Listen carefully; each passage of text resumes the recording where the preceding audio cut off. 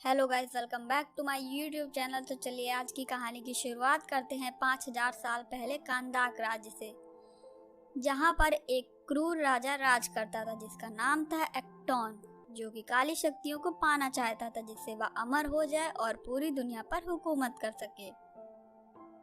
इसके लिए उसे एक एटेनियम नाम के धातु की तलाश थी जिसकी मदद से वह एक जादुई ताज बनाना चाहता था।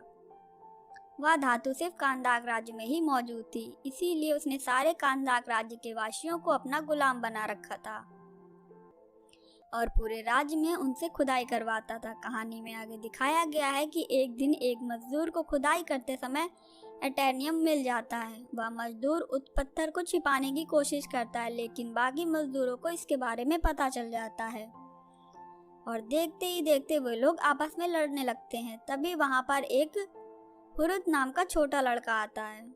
वह उन सब से कहता है कि आपस में मत लड़ो, अब हमें किसी की गुलामी करने की जरूरत नहीं है, बस हमें यह पत्थर राजा को देना होगा। वह उस आदमी के साथ जाता है और सैनिक को पत्थर दिखाता है और सैनिक से कहता है कि मुझे इसके बदले इनाम तो दो। सैनिक उस आदमी को वहीं जान से मार देता है। लड़का सबसे कहता है कि हमें जुर्म के खिलाफ चुप नहीं रहना चाहिए, हमें उसके सामने नहीं झुकना चाहिए। जब राजा को इस बात का पता चलता है तो वह उस छोटे लड़के को मारने का हुक्म देता है। जैसे ही लड़के को मारा जा रहा होता है वह अचानक से गायब हो जाता है और ऐसी जगह पहुंच जाता है जहां बहुत सारे जादूगर होते हैं। तभी आगे दिखाया गया है कि वह जादूगर उस लड़के से कहते हैं कि तुम्हारा दिल साफ है, तुमने अपने लोगों के लिए अपनी जान की परवाह नहीं की। हम तुम्हें कुछ जादुई पावर्स देते हैं ताकि तुम इस दुनिया की रक्षा कर सको। तुम जब भी शज़ैम बोलोगे तुम्हें पावर्स मिल जाएंगी और तुम्हारे अंदर हम सब की पावर आ जाएगी।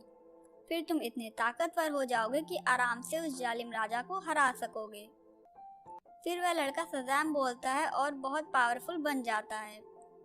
फिर वह वहां से राजा के महल जाता है जहां वह राजा जादुई ताज पहनने जा रहा होता है। फिर एक जोरदार धमाके के साथ महल के साथ साथ पूरा राज्य भी तबाह हो जाता है। कहानी यहाँ से 5000 साल बाद प्रेजेंट में पहुँचती है। अभी के टाइम में भी हमें वही शहर दिखाया जाता है जहाँ पूरे शहर पर एक गैंग ने कब्जा कर रखा होता है और पूरे शहर पर उनका कंट्रोल होता है। बाहर से किसी को भी कांदाक के अंदर अलाउ नहीं था आना। वहाँ बहुत चेकिंग लगी होती है। वहाँ वे इलीगल तौर पे एटेनियम की खुदाई हो रही होती है। साथ ही साथ ये लोग उस ताज को भी तलाश कर रहे होते हैं जो कि 5000 साल पहले उस जालिम राजा ने बनाया था, जो आज भी कहीं ना कहीं इसी शहर में दफन है। तभी आगे दिखाया जाता है कि 3 लोग कांदाक में एंट्री ले रहे होते हैं। पास में एक लड़का स्केटबोर्ड से घूम रहा होता है। वह लड़का गार्ड का ध्यान अपनी ओर खींच के वहाँ से भाग जाता है। इस मौके का फायदा उठाकर वह तीनों एंट्री क्लियर कर लेते हैं। फिर आगे हमें दिखाया जाता है कि उस कार में बस 3 लोग ही नहीं थे, उसमें एक लड़की भी छिपकर आई थी जिसका नाम था एड्रियाना टॉम। एड्रियाना एक आर्कियोलॉजिस्ट थी, यानी पुरानी चीजों की जानकार थी। उसे पुरानी लिखी भाषाओं और मकबरों के बारे में काफी कुछ पता था। साथ ही एड्रियाना के पास उस धातु का टूटा हुआ छोटा टुकड़ा भी था। फिर वह लोग एक गुफा में जाते हैं जहां उसे काफी कोशिशों के बाद वह ताज मिल जाता है। एड्रियाना का साथी इस्माइल देख ही रहा होता है और एड्रियाना उस ताज को अपने हाथ में जैसे ही लेती है वह गैंग वाले वहां आ जाते हैं कि इस्माइल उन गैंग वालों से मिला होता है। वह लोग एड्रियाना से ताज छीन लेते हैं और उसे मारने ही वाले होते हैं कि तभी जमीन पर लिखी भाषा को पढ़कर शज़ैम बोलती है। वहां पर ब्लैक एडम आ जाता है।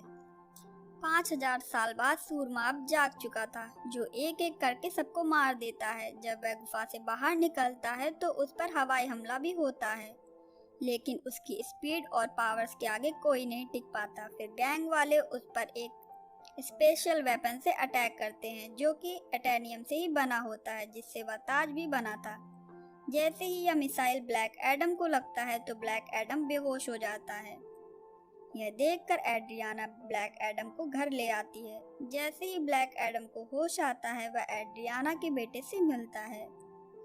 वह लड़का ब्लैक एडम से बताता है कि आप 5000 साल से वहाँ कैद थे।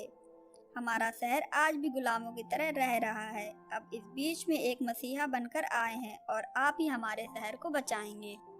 लेकिन ब्लैक एडम को कोई फर्क नहीं पड़ता है। वह कहता है कि आज से 5000 साल पहले यह मेरा भी शहर हुआ करता था।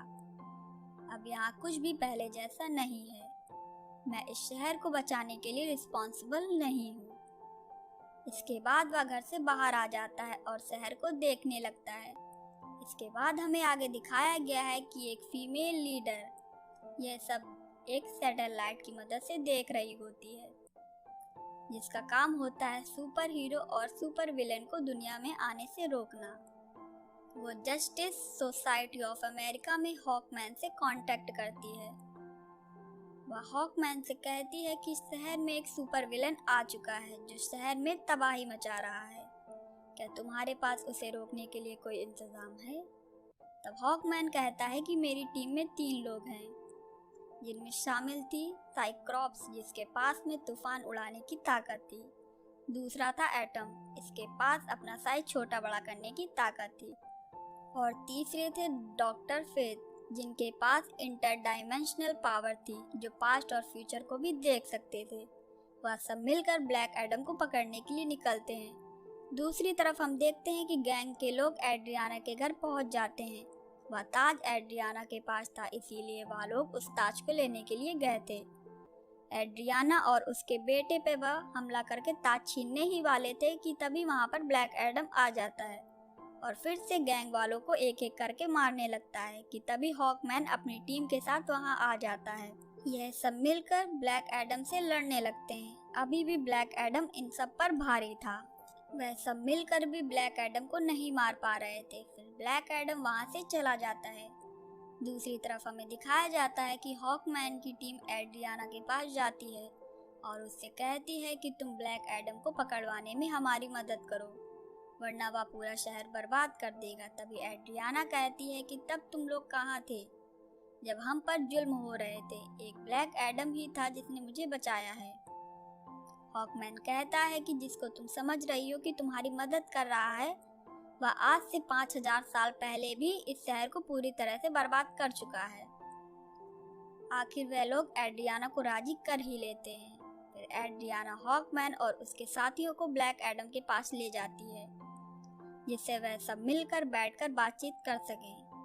दूसरी तरफ हमें दिखाया जाता है कि इस्माइल, जो एड्रियाना का साथी था, अपनी गैंग के साथ एड्रियाना के घर में घुस जाता है और ताज ढूंढने लगता है ताकि वह उसको अपने लिए इस्तेमाल कर सके। जब उसे ताज नहीं मिलता है तो वह गुस्से में एड्रियाना के बेटे को उठा ले जाता है। यहाँ पर एड्रियाना के बेटे ने बड़ी ही चालाकी से अपनी मॉम को फोन करके सब बता देता है कि उसे इस्माइल ने ही किडनैप किया है और उसे वह ताज चाहिए। एड्रियाना जस्टिस सोसाइटी और ब्लैक एडम से मदद मांगती है। वह दोनों एड्रियाना की मदद करने के लिए राजी हो जाते हैं। फिर वह सब मिलकर प्लानिंग करते हैं कि कौन कहां से जाएगा और वह सब मिलकर एड्रियाना के बेटे को ढूंढने के लिए निकल पड़ते हैं। तभी हमें आगे दिखाया जाता है कि हॉकमैन को गैंग के 2 लोग मिल जाते हैं और वह उन्हें पकड़ के बहुत मारता है और उनसे पूछता है कि इस्माइल ने एड्रियाना के बेटे को कहाँ छिपा के रखा है। वे लोग उसे बताते हैं कि इस्माइल ने उसे रेगिस्तान में कहीं छिपा के रखा है। तभी आगे दिखाया गया है कि वह सब रेगिस्तान पहुंच जाते हैं और देखते हैं कि इस्माइल ने एड्रियाना के बेटे को गन पॉइंट पे रखा हुआ है। फिर इस्माइल उन्हें बताता है कि इस शहर पर जितनी भी गैंग राज करती है वह उनका लीडर है और ये सब मेरे ही आदमी हैं। अगर तुम्हें अपने बेटे की जान बचानी है तो वह ताज उसे दे दे। एड्रियाना अपने बेटे की जान बचाने के लिए उसे वह ताज दे देती है। ताज मिलने के बाद भी इस्माइल एड्रियाना के बेटे पर गोली से हमला कर देता है।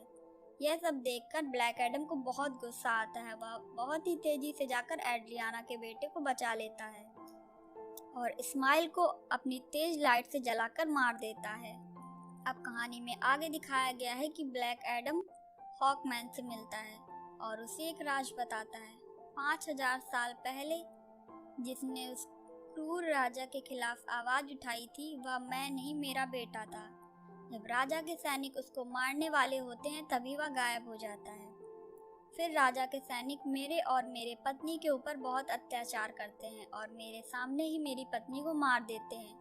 मैं भी लगभग मरने ही वाला था कि तभी वहाँ पर मेरा बेटा आ जाता है। उसके पास बहुत सारी पावर्स थी, वह अपनी सारी पावर्स मुझे दे देता है। हम आपस में बात ही कर रहे होते हैं कि राजा के सैनिक हम पर फिर से हमला कर देते हैं। वहाँ पर मैं तो बच जाता हूँ लेकिन मेरा बेटा मर जाता है। मुझे यह सब देख के बहुत गुस्सा आया। मैंने राजा और उसके सैनिकों को मार दिया। वह पावर्स मेरी कंट्रोल से बाहर थी, मैं उन्हें कंट्रोल नहीं कर पा रहा था और देखते ही देखते यह शहर मेरे ना चाहते हुए भी तबाह हो गया। लेकिन तभी उन जादूगरों को पता चल जाता है कि उन्होंने जो पावर्स मेरे बेटे को दी थी वह अब हैं। मैंने अपनी पावर का मिसयूज किया और उन्हें कंट्रोल में नहीं रखा और पूरे राज्य को तबाह कर दिया। इससे गुस्सा होकर उन्होंने मुझे एक केव में बंद कर दिया। मैं 5000 साल तक बंद रहा। तब एड्रियाना ने वहां आकर मेरा नाम लेकर मुझे आज़ाद किया। ब्लैक एडम को अभी भी बहुत अफसोस है कि उसकी वजह से इतनी तबाही मची, पहले भी और अभी भी। अब वह हॉकमैन से कहता है कि मैं सरेंडर करना चाहता हूँ। ब्लैक एडम शज़ैम वर्ड बोलता है, वैसे ही वह नॉर्मल इंसान बन जाता है। जब तक वह दोबारा शज़ैम नहीं बोलेगा वह ब्लैक एडम नहीं बन पाएगा। वह हॉकमैन से कहता है कि तुम कुछ ऐसा करो कि मैं ये शब्द दोबारा ना बोल पाऊँ। फिर उसे ऐसी जेल में बंद कर दिया जाता है जो पानी के अंदर होती है और एक ऐसा डिवाइस उसके मुंह में लगाया जाता है जिससे वह बोल ना पाए। दूसरी तरफ हम देखते हैं कि इस्माइल मर चुका है और हेल्प पहुंच जाता है। इस्माइल को सारे जादूगर मिल जाते हैं और वह सब सारे जादूगर मिलकर इस्माइल को एक सबैक बना देते हैं, क्योंकि इस्माइल को शुरू से पता था और ताज में भी लिखा था मृत्यु ही अगला जीवन है। फिर वह एक शैतान के रूप में एक समुद्र के जरिए वापस आता है जिसका निशाना था एक्टोन का सिंहासन, क्योंकि उस पे अगर वह बैठ जाता है तो वह काली दुनिया का रास्ता खोल सकता था। समुद्र से बाहर आते ही वह शहर की तरफ बढ़ता है, लेकिन तभी हॉकमैन की टीम को इसका पता चल जाता है। वह तुरंत सबैक को रोकने के लिए वहां से वापस आते हैं। वे सब मिलकर सबैक से लड़ते हैं। वह उसे सिंहासन पर बैठने से रोकते हैं। वह काफी ताकतवर होता है, इसीलिए वे सब मिलकर भी उसे नहीं रोक पा रहे थे। फिर वह महल के अंदर चला जाता है। डॉक्टर फेज जानते थे कि सबैक बहुत ताकतवर है, वह और उसकी टीम उसे नहीं रोक पाएगी। कहीं किसी की जान न चली जाए, इसी वजह से फोर्स फील्ड क्रिएट कर देते हैं। अकेले ही सबैक से लड़ने चले जाते हैं। सबैक और डॉक्टर फेथ के बीच काफी जबरदस्त लड़ाई होती है। सबैक बहुत ताकतवर था। सबैक ने नरक के द्वार भी खोल दिए थे। वहां की सेना को कांदाक को नष्ट करने के लिए बुला लिया था। बहुत जल्दी डॉक्टर फेथ समझ जाते हैं कि इसका सामना सिर्फ ब्लैक एडम ही कर सकता था।